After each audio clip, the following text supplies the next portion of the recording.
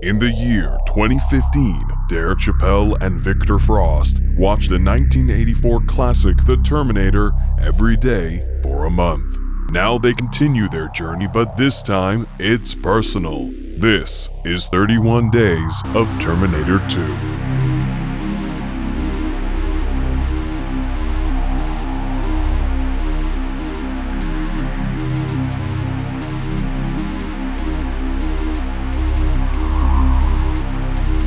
Hello, Derek. Hello, Victor. Long time no see. Well, yeah, it's been, on this particular project, it's been a year. Okay, more or less, 11 months. 11 months. 11 months. Derek, what is this project? It's been so long, I can't remember.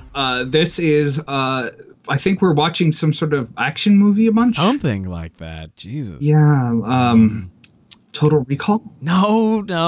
It's almost right. Day. No. Predator. Kindergarten Cop. You're getting close. I feel like Kindergarten Cop. Hero. I remember a kid. And I remember Arnold Schwarzenegger. So you might be right with Kindergarten Cop. Yeah, that's it. Welcome to 31 Days of Kindergarten Cop.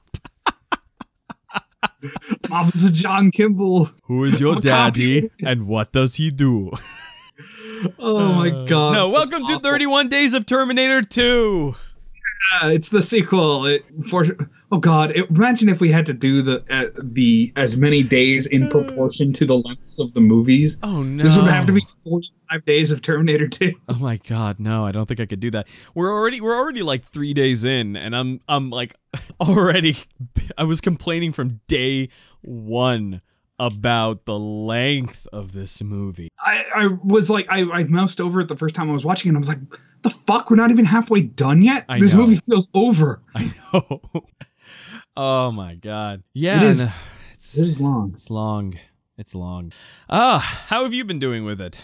Pretty good. I have, Did you get your view in for today? Yes, I did. I actually, I got it done really early. Cause basically what happened was my yesterday viewing was divided into 3 parts because, I watched the first little bit of it, and then I wanted to watch the Rogue One, Star Wars thing, live. Yeah, that thing. And then I watched part 2, and then I got most of the way through the movie. I had 25 minutes left, but then I had to go because I was going to go see my sister's dance recital. And I got back at fucking 1 in the morning. So technically I didn't get my run done all the way through, but I basically finished it and then started it over. You caught up. Yeah, exactly. I'm good. I've been managing to get it in mostly in the morning. The first time I watched it, and if you guys listening watched the first video I put up, I got that one in. I started it at I want to say 2 in the morning. Not on December 1st, not knowing how long it was. Yeah, that kind of setting yourself up on that one. Yeah. I was really I felt like I was on the brink of insanity with the first viewing when I was sitting down and making that video. It took a lot of editing because when I made that video, I think the end result is 2.5 minutes long. Yeah, you edited the hell out of that thing, I noticed. I did. I went for the choppy, jump cut YouTuber cliche style with that one. Hey, YouTube fans. Hey, YouTube fans. Hello, everyone. I'm Victor Frost, and we're watching Terminator 2. Let's get going. Hey! Top of the morning to you, whip crap. Yeah. I don't know.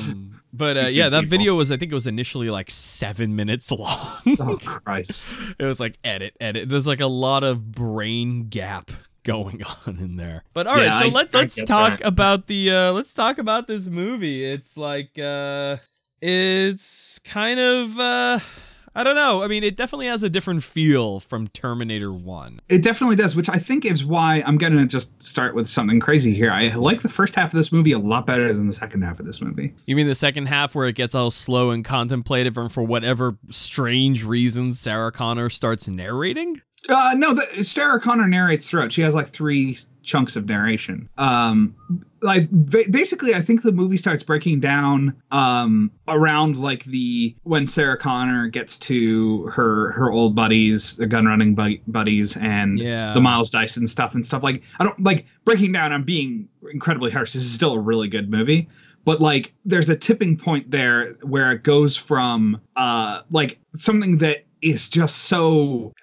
The first half of this movie is very elegantly made, filmmaking wise. Like it's very much in the vein of the first Terminator in that respect. Like you have these very dense and small sort of sets and like fights and stuff. Where like, I think it starts losing the Terminator thread when he's like, you know, shooting up a whole bunch of cops or whatever, and it's fun action movie time. Like when he shoots up a shitload of cops in the first one, it's part of the horror movie part. Right. Whereas in this one, it's just like a gratuitous action set piece. Yeah. You mean like when he's using the grenade launcher to basically scare away the police?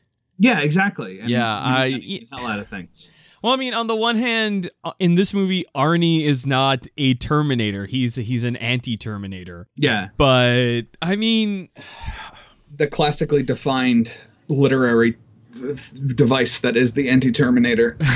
Yeah. I think in this, I think the issue is like in the last movie when he was shooting up all the cops, it was just to show that no matter what the police did, they could not take him down. He was just that powerful and by extension that scary. This one, I mean, it's a joke. It is. It's basically a joke. It's like, you know, what did he say? Is like, I'll take care of it or leave it to me or whatever, something like that. Yeah. Yeah, I don't know. No killing, trust me, you know, that kind of thing. Yeah, you know what it is? I noticed something. The Terminators are very much more human in this movie. Yeah, well, the T-1000 is like more human from the start, which is, I think, sort of a device of like... Strong young man you've got. Strong young man. Yeah, it's just... yeah, sort of fooling us into thinking that he's the good guy until the arcade hallway fight. Yeah.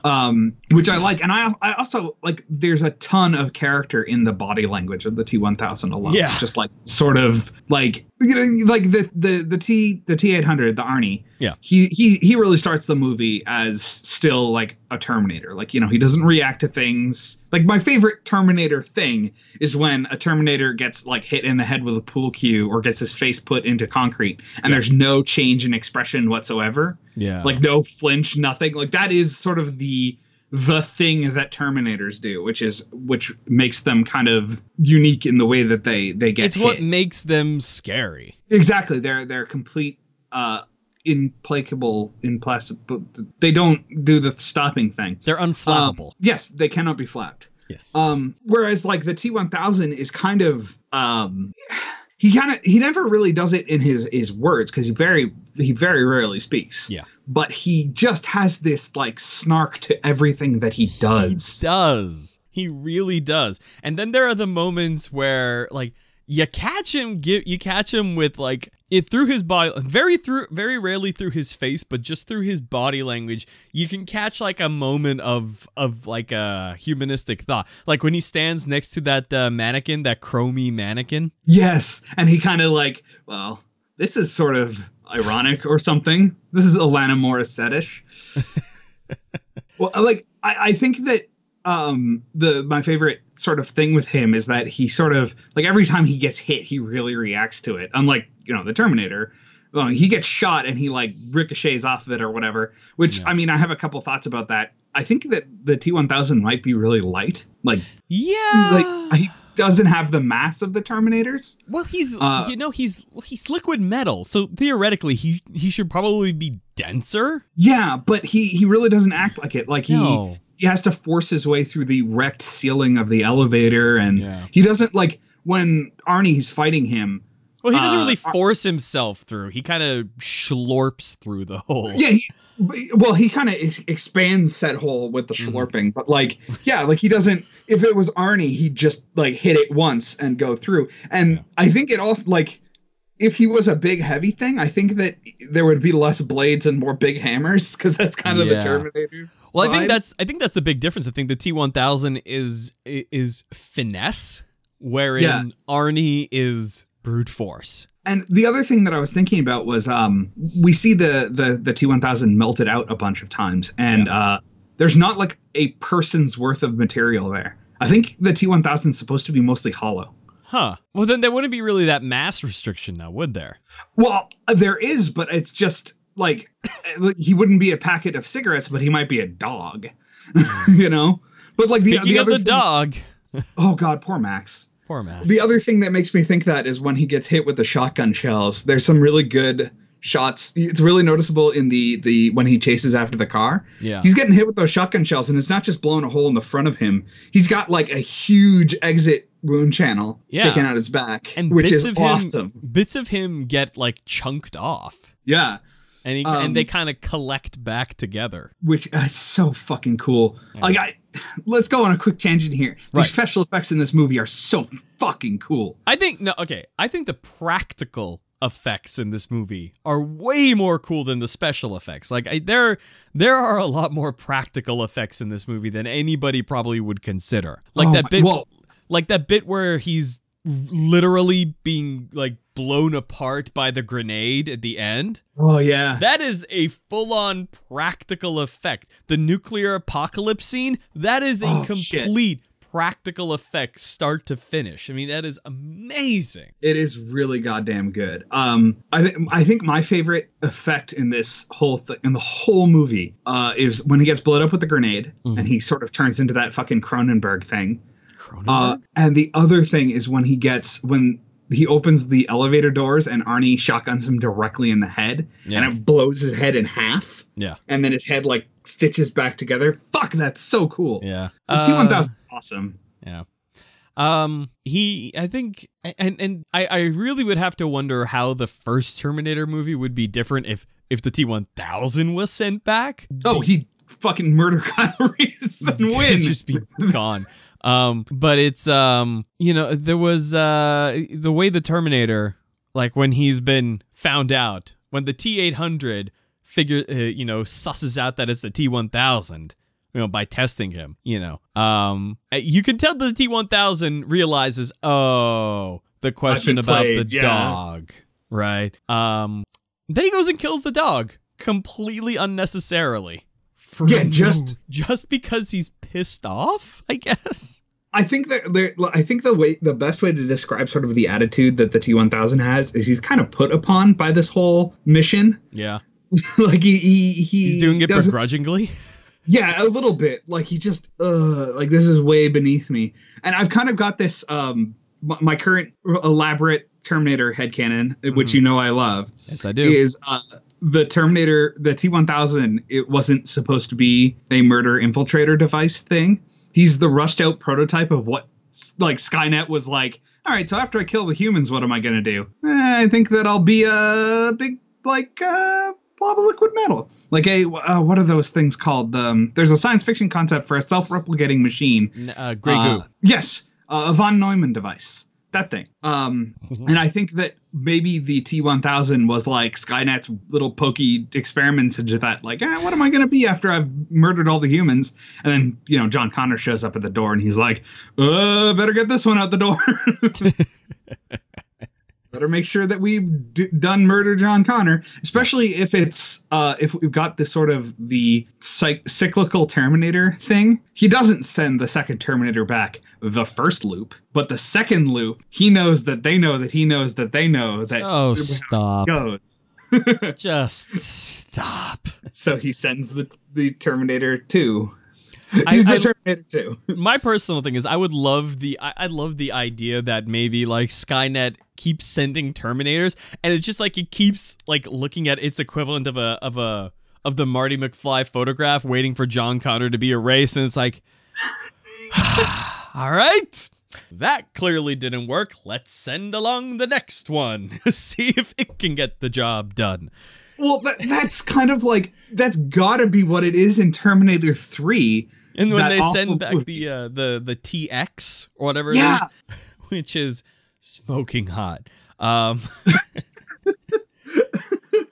just like the idea of fucking, this didn't work. Well, let's get stupider. And And then, I mean, in Terminator Genesis, they have the fucking crazy nanobot John Connor Terminator. Like, I haven't seen it. I don't know. Oh, you haven't? Oh, Jesus. Well, you're going to have a fun time in 3 years.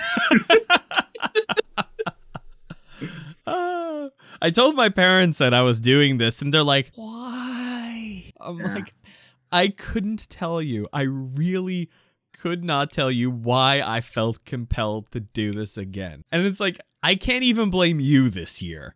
No, you did this all on your own. I mean, not gonna lie, I was gonna ask you to do this anyway. Oh, but the gun. I know.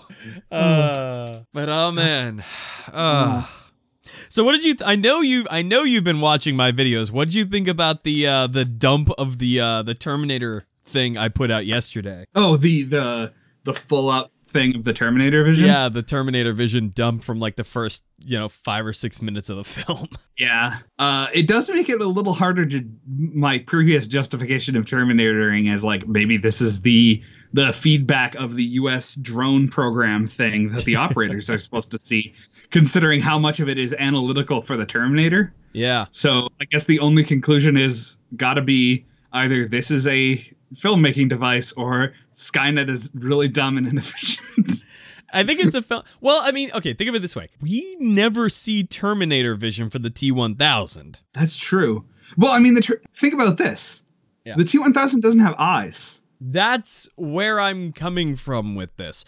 I feel like the and you can tell me whether or not this is, done in the later movies or not. I feel like because the T-800 was made by humans and the T-1000 was made by robos, I feel like the T-1000 makes a lot more sense from a robo perspective. Oh, absolutely. Yeah, it has absolutely no concessions to humaning whatsoever. Yeah, and I think that's what's going on here. Yeah. Well, so something I want to bring up is about like the opening scene of this movie has sort of, Terminator infantry, as it were, right? Yeah. But it many skulls. So many skulls. Too many skulls.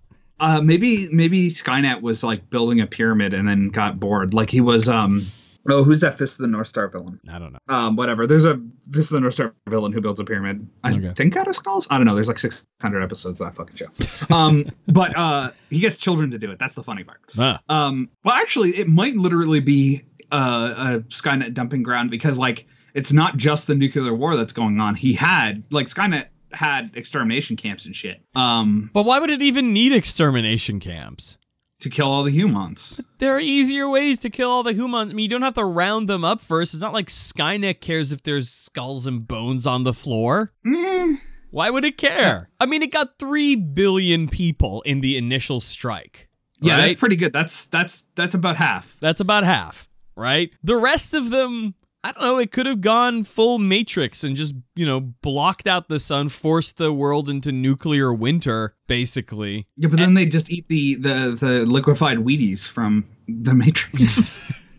Tastes like chicken. Always tastes like chicken. And then just like nuked everything again, But whatever. I mean, it was definitely there just to further apocalypticize the scenery. Yeah. But there was too many skulls in just that one area. Something that I think is interesting is like everything about the Terminator in the first movie, they're talking about them just as infiltration units. Like the idea of the skinless Terminator being, that's kind of like what's that called? There's a concept in fiction writing called brain bugs. Like it's something that afflicts franchises where an idea that comes up earlier in a franchise gets greater weight.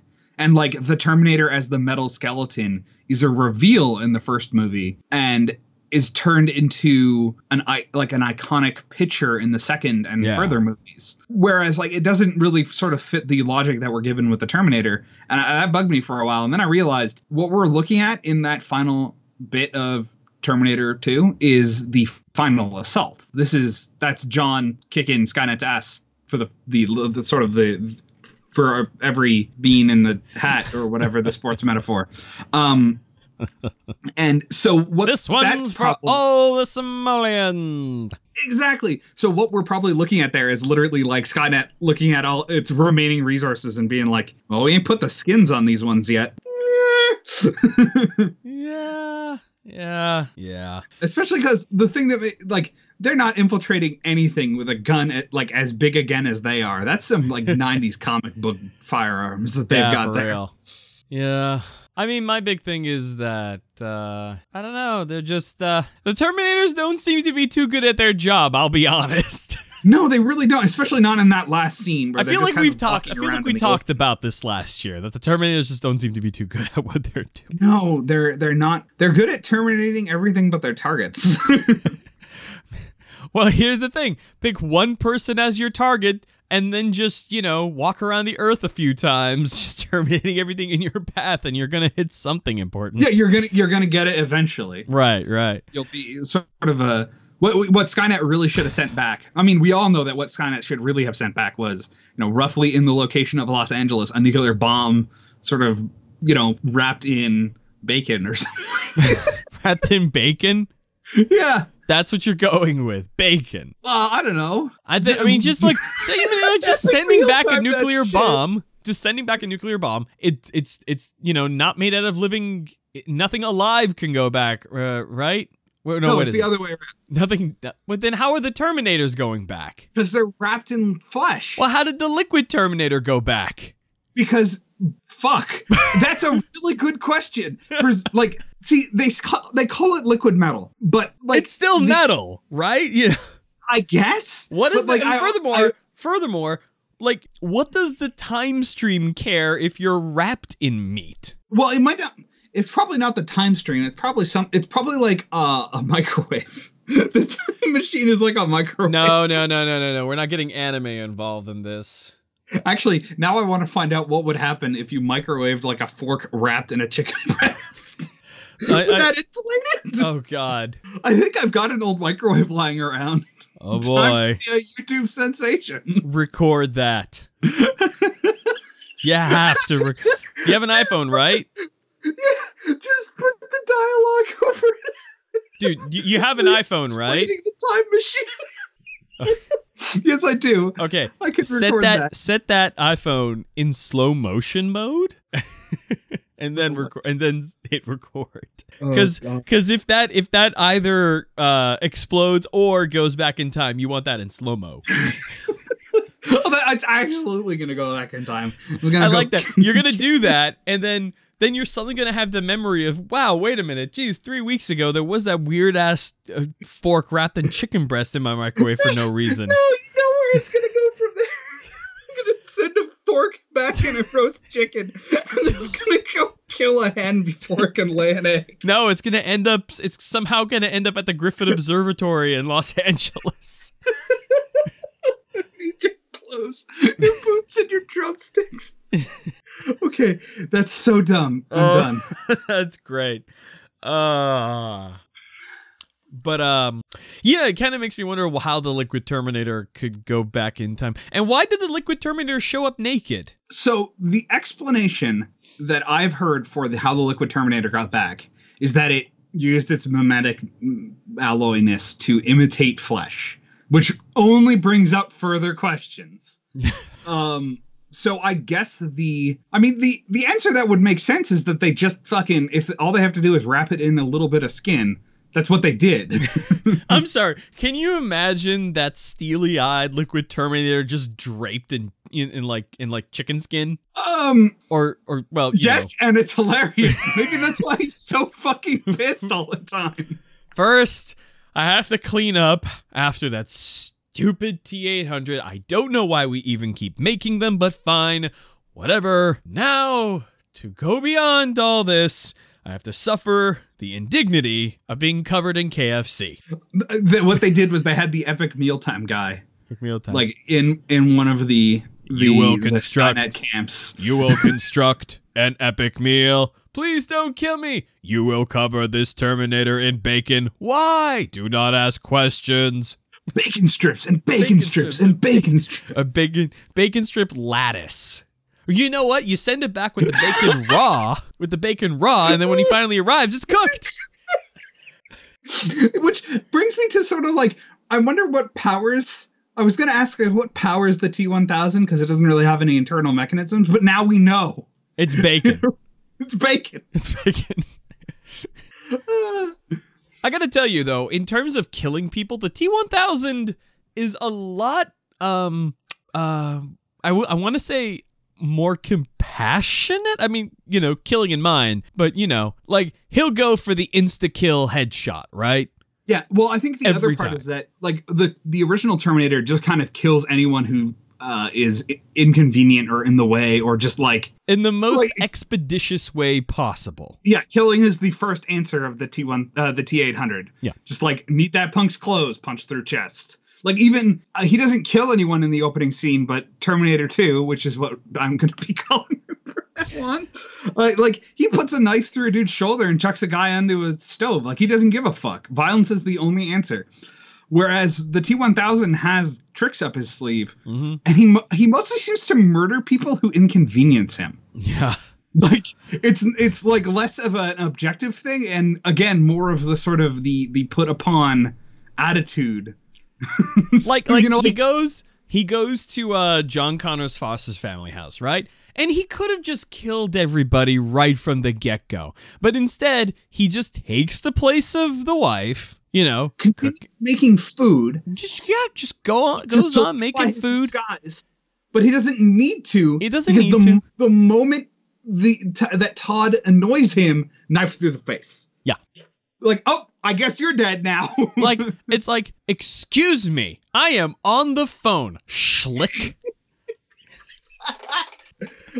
Okay, so now I know exactly what this movie needs. It needs a dub that's just every time the T-1000's in the scene, we get its internal monologue. I know that. Call John. I know this hurts you. Because I've done this like 3 or 4 times, and quite frankly, I wish I didn't have to, but here we are. You know, the thing that's weighing on him, I think, is not like the annoyance of having to do this mission and murder a 13-year-old or whatever. It's like, fine, whatever, right? The thing that's annoying him is, like, after that, I've got to wait, like, 30 years before we get to anything good. Yep. Or maybe he just goes to Cyberdyne and says, I'm here from the future to help you with your development of your Cyberdyne systems. You will be the most profitable company on the face of the planet. And now I just realized how Skynet has a new fucking Terminator every movie. Has a new prototype Terminator every movie. Because send back 2 Terminators. Fuck that. He's sending 3 Terminators. He sends whatever his latest prototype is back to the future, back to the past, not to kill anyone, but just like chill out and come back to me.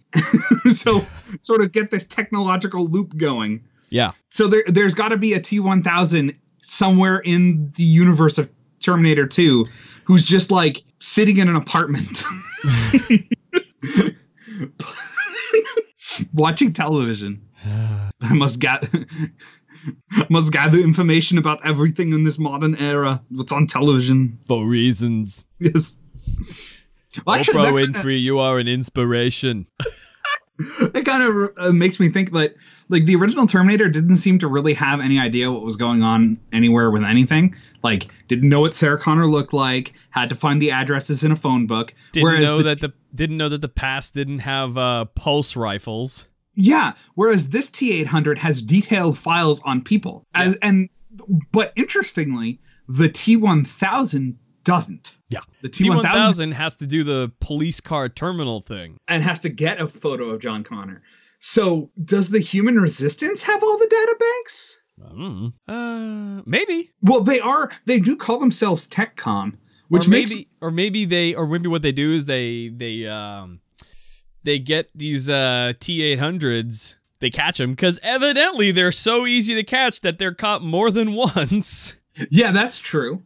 And they catch them and they just pass on oral tradition and just have them, basically serve as document servers. Do you know about Miles Dyson? I have detailed heroic legends. I have detailed files. I have they scanned it songs. In.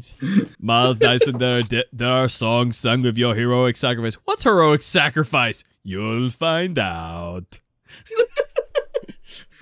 Here I am, and sitting at my desk is a little Terminator skull.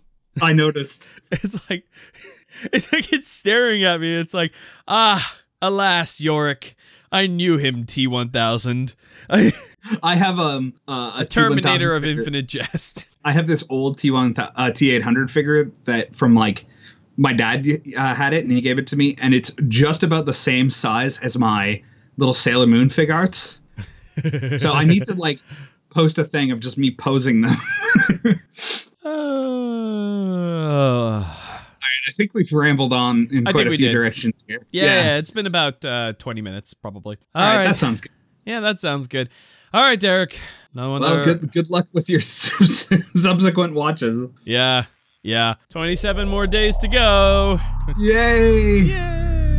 Just let's continue to lower 2016 into the liquid metal here. What a way to end a year. All right, folks. You know the drill. We'll be back.